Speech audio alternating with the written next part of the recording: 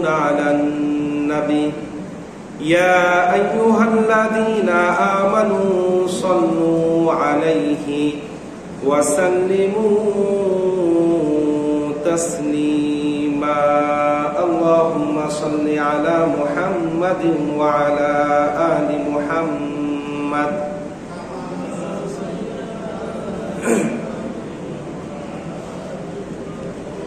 إنك حميد مجيد اللهم بارك على محمد وعلى آل محمد كما باركت على إبراهيم وعلى آل إبراهيم إنك حميد مجيد الحمد لله সম্মানিত উপস্থিতি আজ 25 এপ্রিল 2025 খ্রিস্টাব্দ 12 বৈশাখ 1432 বঙ্গাব্দ 26 শাওয়াল 1446 হিজরি অর্থাৎ শাওয়াল মাসের চতুর্থ এবং শেষ জুমায় মহান আল্লাহ পাক আমাদের সবাইকে বিভিন্ন রকম দুনিয়াবি ব্যস্ততা থেকে আড়াল করে নানান রকম অসুখ বিসুখ রোগ শোক বিপদ আপদ বালা মুসিবত থেকে হেফাজত করে সপ্তাহের সর্বশ্রেষ্ঠ দিনে সপ্তাহের সর্বশ্রেষ্ঠ ইবাদত জুমার নামাজ আদায় করার লক্ষ্যে পৃথিবীর সবচাইতে পবিত্রতম জায়গা আল্লাহর ঘর মসজিদে আসার তৌফিক দিয়েছেন সেই জন্য অন্তরে অন্তঃস্থল থেকে সেই রবের দরবারে তারই শেখানো বাক্যে কালিমাত শুকর আদায় করি আলহামদুলিল্লাহ রব্বানা লাকাল হামদ হামদান কাসীরান তাইয়িবান মুবারাকান ফীহি সকল প্রশংসা একজনের জন্য তিনি কে সম্মানিত উপস্থিতি গত জুমায় আমরা ধারাবাহিকভাবে হযরতে ইব্রাহিম আলাইহিস সালাতু ওয়াস সালামের যুগ থেকে বিভিন্ন যুগে ইহুদিদের চক্রান্ত ষড়যন্ত্র অপকর্ম বিশ্বাসঘাতকতা খোদাদ্রোহিতা ও নাফরমানের ইতিহাস আলোচনা করেছিলাম হযরতে মূসা আলাইহিস সালাতু ওয়াস সালামের সময় আল্লাহ পাক তাদের জন্য আসমান থেকে মান্না সালোয়া নামক জান্নাতি খাবার নাজিল করতেন এই পৃথিবীর ইতিহাসে ইহুদিরাই একমাত্র জাতি যারা দুনিয়াতে থাকতে জান্নাতি খাবার খেয়েছে আপনি চিন্তা করতে পারেন পৃথিবীতে বসে জান্নাতি খাবার অনেকেই আজকে প্রশ্ন করে থাকেন এই ইহুদিরা সংখ্যায় মাত্র 1 থেকে 1.5 কোটি এবং ইসরায়েলে মাত্র 90 থেকে 95 লাখ ইহুদি বসবাস করে কিভাবে তারা গোটা বিশ্বের পলিটিক্স ইকোনমিক্স মিডিয়া এবং গোয়েন্দা সংস্থা নিয়ন্ত্রণ করে এত বুদ্ধি এত শক্তি তারা কোথা থেকে পেল অনেক গবেষক অনেক স্কলার্স এই কথার উত্তরে বলে থাকেন হয়তো তাদের পূর্বপুরুষরা যেহেতু জান্নাতি খাবার খেয়েছে এই জন্য তাদের বুদ্ধিমত্তা মেধাশক্তি আমাদের চাইতে একটু বেশি এটা কিন্তু আবার কোরআন হাদিসের কোনো কথা না অনেকে অনেকের বইয়ের মধ্যে উল্লেখ করেছে তাই বললাম সম্মানিত উপস্থিতি তো মূসা আলাইহিস সালাতু ওয়াস সালামের সময় আল্লাহ পাক তাদের জন্য আসমান থেকে জান্নাতি খাবার নাজিল করতেন তারা জান্নাতি খাবার খাবে আর আল্লাহ পাক রব্বুল আলামিনের ইবাদত করবে না আছে রান্না বাড়ার চিন্তা না আছে কামাই রুজির টেনশন ঠিক কি না কিন্তু এইটা এই অবাধ্য জাতির ভালো লাগলো না তারা কি করলো সূরাতুল বাকারার 51 নম্বর আয়াত 61 নম্বর আয়াত তারা বললেন ইয়া মূসা লান নাসবিরু আলা তুআমি ওয়াহিদ ফাদউ লানা রাব্বাকা ইখরিজ লানা মিম্মা তুনবিতুল আরদু মিন বাকলিহা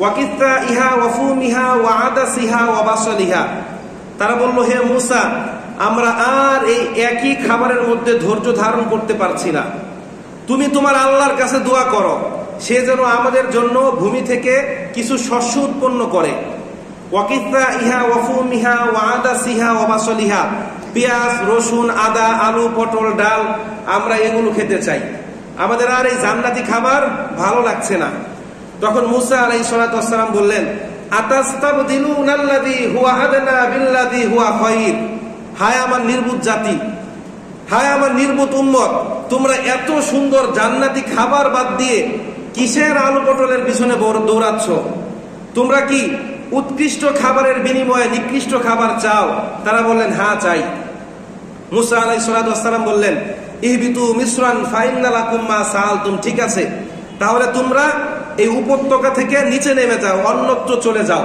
তোমরা যা চাও তাই পাবে। এভাবে বিভিন্ন ভাবে তারা একজন নবীকে মানসিকভাবে টর্চার করেছিল। মুসা আলাইহিস সালাতু ওয়াস সালাম তার জীবনের শেষ প্রান্তে চলে গেলেন, কিন্তু বাইতুল মুকাদ্দাস জয়ের জন্য তিনি প্রতিনিয়ত কষ্ট পাচ্ছিলেন যে আল্লাহ পাক তাকে বাইতুল মুকাদ্দাস জয় করতে বলেছেন, কিন্তু তিনি তার অবাধ্য উম্মতদেরকে নিয়ে এটা জয় করতে পারে নাই। কিতাবের নাম সহিহ বুখারী, হাদিস নাম্বার 1339। রাসূল বলেন, ফাসাআলাল্লাহু আন ইউতিয়া মিনাল আরদিল মুকাদ্দাসা রামিয়াতাম বিহাদার। মুসা আলাইহিস সালাতু ওয়াস সালাম হাতের মধ্যে একটা পাথর নিলেন, পাথরটা নিক্ষেপ করলেন এবং আক্ষেপের সুরে বললেন, আল্লাহ, আপনি আমাকে আদেশ দিয়েছিলেন বাইতুল মুকাদ্দাস জয় করতে, আমি আমার জীবদ্দশায় বাইতুল মুকাদ্দাস জয় করতে পারলাম না। এই যে একটা পাথরটা নিক্ষেপ করলাম, আমার আর এই পাথরের মাঝে ডিস্টেন্স যতটুকু, দূরত্ব যতটুকু, আমার মৃত্যুর পর বাইতুল মুকাদ্দাসে আমার কবর না হলেও আমার কবর আর বাইতুল মুকাদ্দাসের মাঝখানে ব্যবধান যেন থাকে ততটুকু। চিন্তা করে দেখেন, একজন নবী বাইতুল মুকাদ্দাসের জন্য কতটা উদ্গ্রীব, কতটা আগ্রহী, কতটা উৎসাহী, কতটা কষ্ট পাচ্ছিলেন। আর আজকে আমাদের সামনে আমাদের প্রথম কিবলা এই বাইতুল মুকাদ্দাস ওই সকল ইহুদি খ্রিস্টানরা দখল করে নিয়ে যাচ্ছে। বিপরীতে আমাদের মুসলিম রাষ্ট্রপ্রধানরা মুখ দিয়ে প্রতিবাদ করতেও ভয় পায়। এই বুঝি আমেরিকা আমার শত্রু হয়ে গেল, এই বুঝি ব্রিটেন আমার শত্রু হয়ে গেল, এই বুঝি আমাকে ক্ষমতা থেকে নামিয়ে দিল। এই বাইতুল মুকাদ্দাস শুধুমাত্র মোল্লাদের বাপদাদার সম্পদ নয় যে প্রতিবাদ শুধু মোল্লারাই করবে আর নিপীড়ন নির্যাতন যা আসার শুধুমাত্র মোল্লাদের উপর আসবে। এই বাইতুল মুকাদ্দাস আমাদের প্রত্যেকের প্রাণের স্পন্দন, ঠিক কিনা? আমাদের প্রত্যেকের ঈমানের অপরিচ্ছেদ্য অংশ। সবাই মিলে এই বাইতুল মুকাদ্দাসকে রক্ষা করতে হবে। তো মুসা আলাইহিস সালাতু ওয়াস সালামের ইন্তেকালের পর এই বনী ইসরাইল সম্প্রদায়ের নেতৃত্বে আসেন হযরত ইউশা বিন নুন আলাইহিস সালাতু ওয়াস সালাম। তিনি অনেক কষ্ট করে বুঝিয়ে শুনিয়ে কতিপয় বনী ইসরাইলকে রাজি করিয়ে বাইতুল মুকাদ্দাস এবং এর আশেপাশে অর্থাৎ সিরিয়া, জর্দান, লেবানন কিছু অঞ্চল জয় করেন এবং সেখানে তাদের নিয়ে বসবাস করেন। এই ইউশা বিন নুন আলাইহিস সালাতু ওয়াস সালামের ইন্তেকালের পর বনী ইসরাইল সম্প্রদায়ের মাঝে দুইটা অপরাধ মারাত্মকভাবে বেড়ে যায়। একটা হচ্ছে চারিত্রিক অধঃপতন, 2 নম্বর হচ্ছে শিরকের সাথে সম্পৃক্ততা, যার ফলে আল্লাহ পাক রব্বুল আলামিন তাদেরকে আবার এই পবিত্র ভূমি থেকে বিতাড়িত করেন। এবার জালুতের নেতৃত্বে ওই আমালিকা গোত্র আবার বাইতুল মুকাদ্দাসের ক্ষমতা দখল করেন এবং ইহুদিদেরকে সেখান থেকে বিতাড়িত করেন। ইউশা বিন নুন আলাইহিস সালাতু ওয়াস সালামের ইন্তেকালের পর আল্লাহ পাক রব্বুল আলামিন নবুয়ত দেন হযরতে শামউল আলাইহিস সালাতু ওয়াস সালামকে। কেউ কেউ বলেছেন শামউন, কেউ কেউ বলেছেন শামুয়েল। এবার ওই বনী ইসরাইল সম্প্রদায় এই শামউল আলাইহিস সালাতু ওয়াস সালামের কাছে গেলেন। সূরাতুল বাকারা 246 নম্বর আয়াত। তারা বললেন, ইবআস লানা মালিকান নুকাতিল ফি সাবিলিল্লাহ। হে আল্লাহর নবী, আপনি দয়া করে আমাদের জন্য একজন নেতা নির্বাচন করুন যার নেতৃত্বে আমরা এই আমালিকা সম্প্রদায়ের বিরুদ্ধে যুদ্ধ করব। তো শামউল আলাইহিস সালাতু ওয়াস সালাম বললেন, তোমরা যা বলছো ভেবেচিন্তে বলছো তো? এমন তো নয় যে আমি তোমাদের জন্য নেতা নির্বাচন করলাম, আল্লাহ পাক তোমাদের উপর জিহাদ ফরজ করলো আর তোমরা পৃষ্ঠ প্রদর্শন করে পালিয়ে গেলে, কারণ তোমাদের অতীত ইতিহাস অনেক খারাপ। তিনি বললেন, হালা আসাইতুম ইন কুতিবা আলাইকুমুল কিতাল ওয়া আল্লা তুকাতিলু, তোমরা কি সত্যি সত্যি যুদ্ধ করবে? তখন তারা বললেন, ওয়ামা লানা আল্লা নুকাতিলা ফি সাবিলিল্লাহ ওয়া কদ উখরিজনা মিন দিয়ারিনা ওয়া আবনাইনা। আমরা কেন তাদের বিরুদ্ধে যুদ্ধ করব না? তারা আমাদের বাচ্চাদেরকে হত্যা করেছে, পিতৃপুরুষদের রেখে যাওয়া আবার ভূমি থেকে বিতাড়িত করেছে, আমাদের আত্মীয় স্বজনের রক্ত ঝরিয়েছে। অবশ্যই অবশ্যই আমরা তাদের বিরুদ্ধে যুদ্ধ করব। আল্লাহ পাক বলেন, ফালাম্মা কুতিবা আলাইহিমুল কিতাল তাওয়াল্লাউ ইল্লা কালিলাম মিনহুম আল্লাহু আলিমুম বিজ্জালিমিন। যখনই আল্লাহ পাক রব্বুল আলামিন তাদের উপর জিহাদ ফরজ করলো, গুটি কয়েক লোক বাদ দিয়ে সবাই পৃষ্ঠ প্রদর্শন করে পালিয়ে গেলেন। আল্লাহ পাক বলছেন, আল্লাহু আলিমুম বিজ্জালিমিন, আল্লাহ পাক এই জালেমদের সম্পর্কে খুব ভালো অবগত। চিন্তা করে দেখেন, এই একটা মাত্র জাতিকে আল্লাহ পাক কতবার জালেম বলেছেন, ফাসেক বলেছেন, কাফের বলেছেন, সীমা লঙ্ঘনকারী বলেছেন। এবার সূরাতুল বাকারা 247 নম্বর আয়াত। এই শামউল আলাইহিস সালাতু ওয়াস সালাম বললেন, ইয়া বনী ইসরাঈল ইন্নাল্লাহা ক্বাদ বা'আথা লাকুমুত তালুতা মালিকা। হে বনী ইসরাঈল, নিশ্চয় আল্লাহ পাক রব্বুল আলামিন তালুতকে তোমাদের নেতা নির্বাচন করেছেন, যার নেতৃত্বে তোমরা এই বনী ইসরাঈল সম্প্রদায়ের বিরুদ্ধে জিহাদ করবে। তখন তারা বললেন, আন্না ইয়াকুনু লাহুল মুলকু আলাইনা, তালুত কিভাবে আমাদের নেতা হতে পারে? ওয়া নাহনু আহাক্কু বিল মুলকি মিনহু, নেতৃত্বের ক্ষেত্রে তার চাইতে আমরাই তো এগিয়ে। ওয়ালাম ইউতা সাআতাম মিনাল মাল, তার না আছে ধন সম্পদ, না আছে ক্ষমতার দাপট, না আছে পারিবারিক দাপট, না আছে কোনো যোগ্যতা, না আছে কোনো মর্যাদা। তারা নেতৃত্বের গুণাবলী হিসাবে এগুলোকে প্রাধান্য দিত। তো শামুল আলাইহিস সালাতু ওয়াস সালাম বলেন, ইন্নাল্লাহা আসতাফাহু আলাইকুম ওয়া যাদাহু বাসতাতান ফিল ইলমি ওয়াল জিসম, নিশ্চয় আল্লাহ পাক রব্বুল আলামিন তাকে বিচক্ষণতা দিয়েছে, শারীরিক যোগ্যতা দিয়েছে, তাকে জ্ঞান দিয়েছেন, তাকওয়া দিয়েছেন। নেতৃত্বের জন্য এগুলোই দরকার। আল্লাহু ইউতি মুলকাহু মান ইয়াশা, আর আল্লাহ পাক যাকে ইচ্ছা তাকে নেতৃত্ব দেয়। তো বনী ইসরাইল সম্প্রদায় নেতৃত্বের মাপকাঠি হিসাবে তারা কি মনে করতো? বংশ মর্যাদা, টাকা পয়সা, ক্ষমতার দাপট, এগুলো ঠিক আমাদের বর্তমান সময়ের মতো। আমাদের বর্তমান সময়ে যখন কোনো সৎ, যোগ্য, বিচক্ষণ, নির্ভীক, তাকওয়াবান ব্যক্তি নেতা হতে চায়, তখন আমরা বলি, আরে এই ব্যক্তি কিভাবে আমাদের নেতা হতে পারে? সে কি 2-4টা মার্ডার করেছে? তার কি অবৈধ টাকা আছে? টাকা দিয়ে সে আমাদের ভোট কিনতে পারবে? তার কি কোনো বংশমর্যাদা আছে, ক্ষমতা আছে? ঠিক কিনা? সম্মানিত উপস্থিতি, কিন্তু আল্লাহ পাক বলছেন, ইন্নাল্লাহা আসতাফাহু আলাইকুম ওয়া যাদাহু বাসতাতান ফিল ইলমি ওয়াল জিসম, তোমাদের মধ্যে যার বিচক্ষণতা আছে, যোগ্যতা আছে, শারীরিক দক্ষতা আছে, যে ব্যক্তির অন্তরে তাকওয়া আছে, ওই ব্যক্তি নেতা হওয়ার জন্য সর্বাধিক উপযুক্ত। ঠিক কিনা? এটা কার কথা? সামনে থেকে যাদেরকে নেতা নির্বাচন করবেন, দেখবেন তাদের মধ্যে বিচক্ষণতা আছে কিনা, তাকওয়া আছে কিনা, ন্যায়পরায়ণতা আছে কিনা, সততা আছে কিনা। নয়তোবা আল্লাহ পাক রব্বুল আলামিনের কাছে আপনাকে জবাবদিহি করতে হবে। আপনার ভোট পেয়ে একজন জালেম হবে, একজন চোর হবে, বদমাশ হবে, চাঁদাবাজি করবে, এই দায়ভার কার? তাকে পাওয়ার তো আপনারা আমরা দিয়েছি। ঠিক কিনা? সম্মানিত উপস্থিতি, এবার এই তালুতের নেতৃত্বে গুটি কয়েক বনী ইসরাইল যখন জালুত বাহিনীর বিরুদ্ধে যুদ্ধ শুরু করলো, তখন শত্রুপক্ষের সেনাপতি জালুতকে 20 বছর বয়সে একজন তরুণ সৈন্য একটা পাথর নিক্ষেপ করে হত্যা করে। সে ঘোড়া থেকে পড়ে যায়, এরপর একটা শমশের দিয়ে তার ঘাড় থেকে কল্লাটা আলাদা করে। এটা দেখার পর তো শত্রুপক্ষের যে সৈন্য, তাদের কলিজার মধ্যে আর পানি নাই। বনী ইসরাইল সম্প্রদায় অবাক দৃষ্টিতে তার দিকে তাকিয়ে রইলেন। এবার এই বালক সবার মধ্যমণি হয়ে গেলেন। তার নাম হচ্ছে দাউদ। পরবর্তীতে আল্লাহ পাক তাকে নবুয়ত দেন, তিনি হয়ে যায় দাউদ আলাইহিস সালাতু ওয়াস সালাম। আল্লাহ পাক তার প্রতি একটা কিতাব অবতীর্ণ করে, কি নাম তার? জাবুর। তো ইতিহাস সম্মানের সঙ্গে সাক্ষ্য দেয়, ফিলিস্তিনের জেরুজালেমকে কেন্দ্র করে গোটা বিশ্বে যে শক্তিশালী সাম্রাজ্য গড়ে উঠেছিল, তার প্রতিষ্ঠাতা ছিলেন হযরত দাউদ আলাইহিস সালাতু ওয়াস সালাম।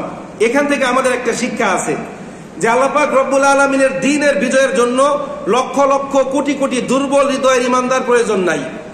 যারা ফিলিস্তিনের পক্ষে ইসরায়েলি পণ্য বয়কটের জন্য আন্দোলন করতে গিয়ে জুতাচুরি করবে, আল্লাহ পাক রব্বুল আলামিনের দ্বীনের বিজয়ের জন্য খাঁটি, মজবুত, দৃঢ়, পাকাপোক্ত হৃদয়ের বদরের প্রান্তরের মতো 313 জন হলেই চলবে। ঠিক কিনা? আমি কি বলেছি আপনারা বুঝতে পেরেছেন?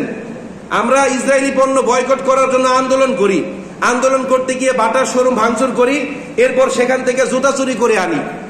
এদেরকে নিয়ে যদি আমরা জিহাদে যাই, যুদ্ধ করতে যাই, আমার তো মনে হয় সেখানেও তারা চুরি করতে যাবে। ঠিক কিনা? থুতুটা নিজের গায়ে নিক্ষেপ করলাম, কারণ আমরা জাতি হিসাবে অত্যন্ত নিম্নমানের। আমরা ছোট ছোট জিনিসের লুপ পর্যন্ত সামলাতে পারি না। সম্মানিত উপস্থিতি, তো ইসরায়েলি পণ্য টাকা দিয়ে কিনলে হারাম, আর চুরি করে জুতা আনলে আমাদের জন্য কি হয়ে যাবে? হালাল হয়ে যাবে। ঠিক কিনা? সম্মানিত উপস্থিতি, তো যাই হোক, এরপর এই দাউদ আলাইহিস সালাতু ওয়াস সালাম ইন্তেকাল করেন। তখন বিশাল এই সাম্রাজ্যের হাল ধরেন তার পুত্র, কি নাম তার? সুলাইমান আলাইহিস সালাতু ওয়াস সালাম। নবীদের মধ্যে সবচাইতে স্ট্রং, সবচাইতে শক্তিশালী সাম্রাজ্য গড়ে তুলেছিলেন হযরত সুলাইমান আলাইহিস সালাতু ওয়াস সালাম। আপনারা সবাই জানেন, আল্লাহ পাক রব্বুল আলামিনের দেয়া ক্ষমতা দিয়ে তিনি ছোট্ট পিপিলিকা থেকে শুরু করে বিশাল আকৃতির হাতি, পানির নিচের মাছ থেকে শুরু করে আসমানে উড়ন্ত পাখির ভাষা পর্যন্ত বুঝতে পারতেন। এমনকি তিনি আগুন, পানি, বাতাসকে কন্ট্রোল করতে পারতেন। সুলাইমান আলাইহিস সালাতু ওয়াস সালামের সময় এই বনী ইসরাইল গোটা পৃথিবীতে রাজত্ব করে। তার ইন্তেকালের পর তাদের মধ্যে আবার চারিত্রিক অধপতন হয়ে যায়। এরপর আল্লাহ পাক রব্বুল আলামিন আবার তাদেরকে হেদায়েতের জন্য ইলিয়াস আলাইহিস সালাতু ওয়াস সালাম, ইয়াসা আলাইহিস সালাতু ওয়াস সালাম, জুলকিফল আলাইহিস সালাতু ওয়াস সালামকে প্রেরণ করে। কিন্তু তারা সর্বোচ্চ চেষ্টা করার পরও এই জাতিকে আর হেদায়েতের পথে আনতে পারে না। যার ফলে আল্লাহ পাক রব্বুল আলামিন আবার তাদের মাঝে একজন জালেম শাসক পাঠায়, সেখান থেকে তাদেরকে বিতাড়িত করার জন্য। এবার বখতের অসর নামক একজন জালেম শাসক ইরাক থেকে ফিলিস্তিনে এসে গোটা বাইতুল মুকাদ্দাস ফিলিস্তিন জ্বালিয়ে পুড়িয়ে হত্যাযজ্ঞ চালিয়ে একেবারে মাসাকার করে দেয়। ইতিহাসে প্রথম গোটা জেরুজালেম শহর একেবারে ধুলার সঙ্গে মিশে যায় এবং তিনি প্রায় 6 লক্ষ ইহুদিকে হত্যা করে, বাকিদেরকে গলার মধ্যে শিকল পেঁচিয়ে ইরাকে নিয়ে দাস বানিয়ে রাখে। তারা অনেকদিন পর্যন্ত এই ফিলিস্তিনের মধ্যে প্রবেশ করতে পারে না। এর একমাত্র কারণ কি? তারা আল্লাহ পাক রব্বুল আলামিনের সঙ্গে সীমা লঙ্ঘন করেছে। আল্লাহ পাক রব্বুল আলামিনের আদেশগুলোকে অমান্য করেছে, ঠিক আমাদের বর্তমান সময়ের মতো। আমরাও আজকে শাসকের জাতি থেকে শোষিতের জাতিতে পরিণত হয়েছে। এর একমাত্র কারণ কি? আল্লাহর আদেশ এবং রাসূলের সুন্নাহ ছেড়ে দেওয়া। দলিল কিতাবের নাম সুনান ইবনে মাজাহ, হাদিস নাম্বার 4019।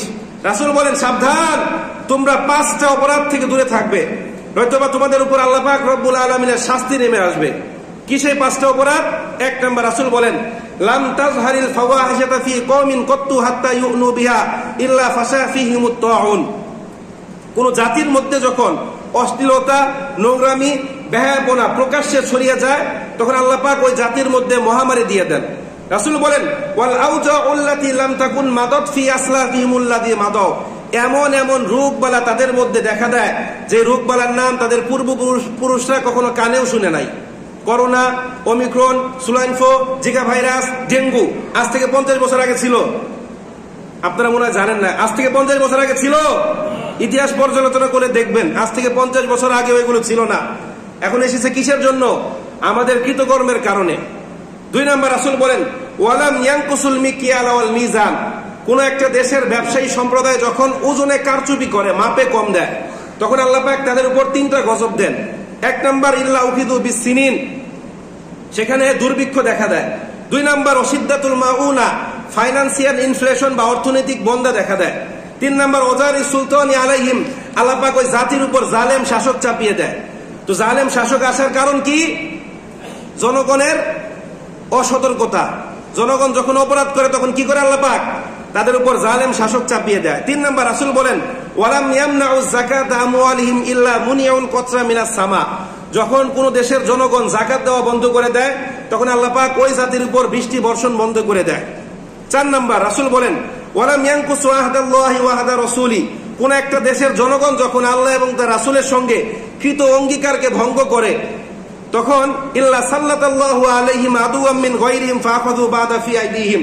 আল্লাহ পাক ওই জাতির উপর ভিনদেশী শত্রু চাপিয়ে দেয়, যারা ওই দেশের সম্পদগুলোকে চুরি করে নিয়ে যায়। 5 নম্বর, ওয়ামান লাম তাহকুম আইম্মাতুহুম বিকিতাবিল্লাহি ওয়া ইয়াতাখায়্যারু মিম্মা আনজালাল্লাহ।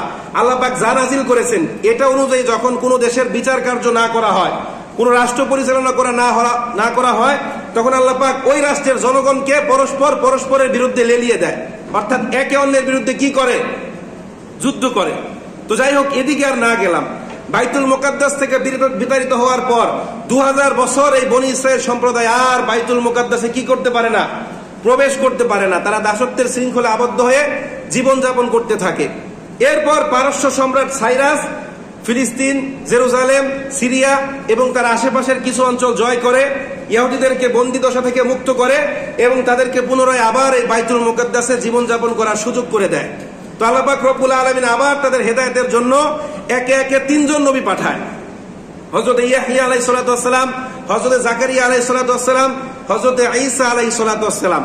কিন্তু এই অবাধ্য জাতি হযরত জাকারিয়া আলাইহিস সালাতু ওয়াস সালামকে জবাই করে, হযরত ইয়াহইয়া আলাইহিস সালাতু ওয়াস সালামকে হত্যা করে, হযরত ঈসা আলাইহিস সালাতু ওয়াস সালামকে হত্যার সর্বোচ্চ প্রচেষ্টা তারা করে। কিন্তু আল্লাহ পাক রব্বুল আলামিন কি করে? তাকে আসমানে উঠিয়ে নেয়। অর্থাৎ নবী হত্যার মতো জঘন্যতম কাজ এই ইহুদি সম্প্রদায় করেছে। দলিল সূরাতুল আলে ইমরান 21 নম্বর আয়াত। আল্লাহ পাক বলেন, ইন্নাল্লাযীনা ইয়াকফুরুনা বিআয়াতিল্লাহ ওয়া ইয়াকতুলুনা আন-নাবিয়্যিনা বিগায়রি হক ওয়া ইয়াকতুলুনা আল্লাযীনা ইয়া'মুরুনা বিল কিসতি মিনান নাস ফাবাশশিরহুম বিআযাবিন আলীম।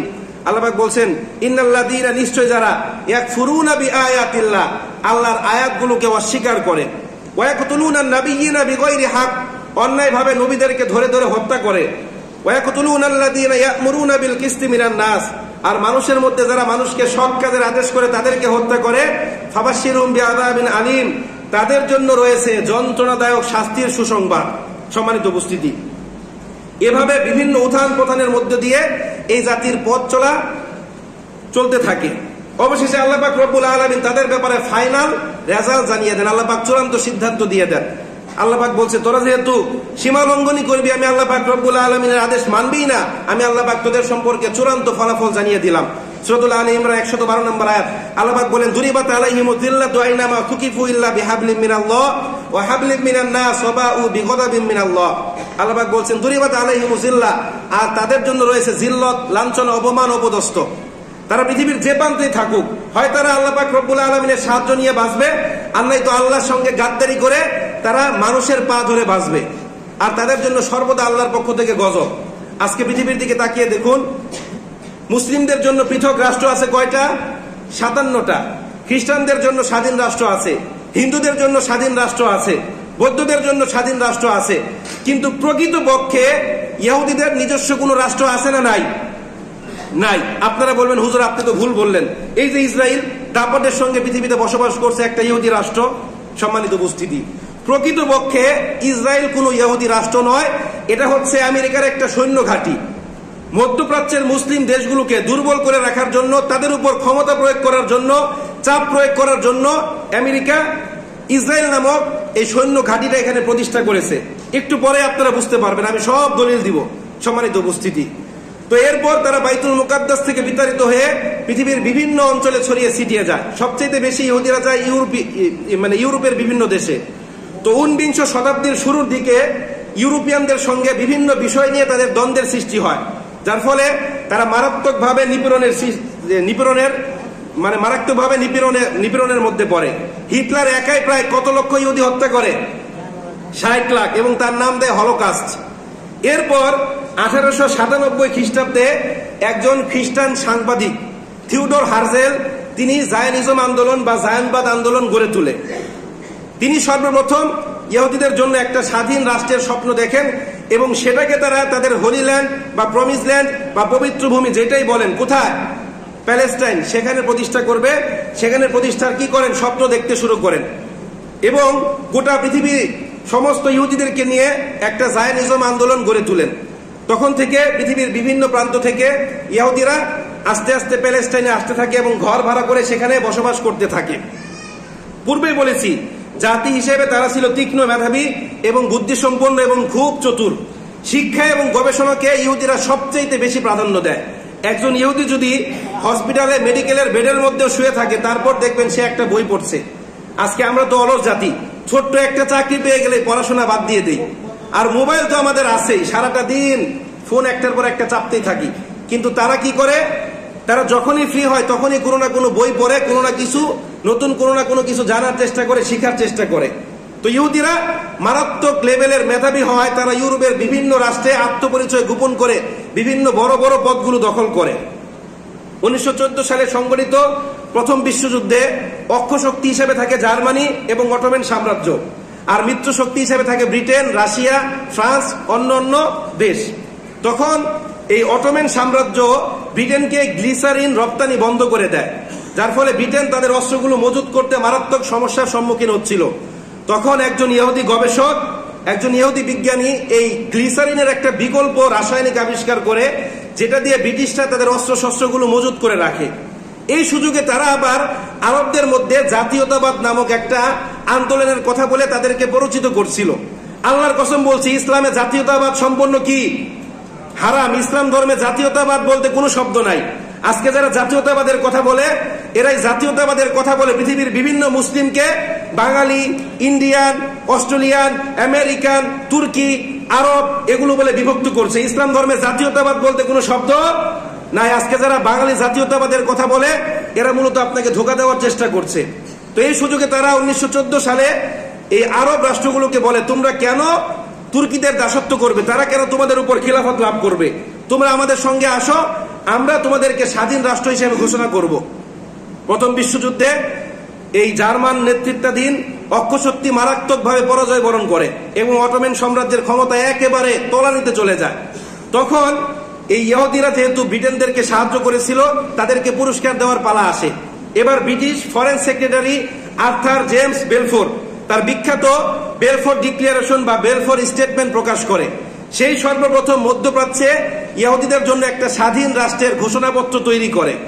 এরপর ইউরোপের বিভিন্ন অঞ্চল থেকে ধাপে ধাপে ইহুদিরা কোথায় আসতে থাকে?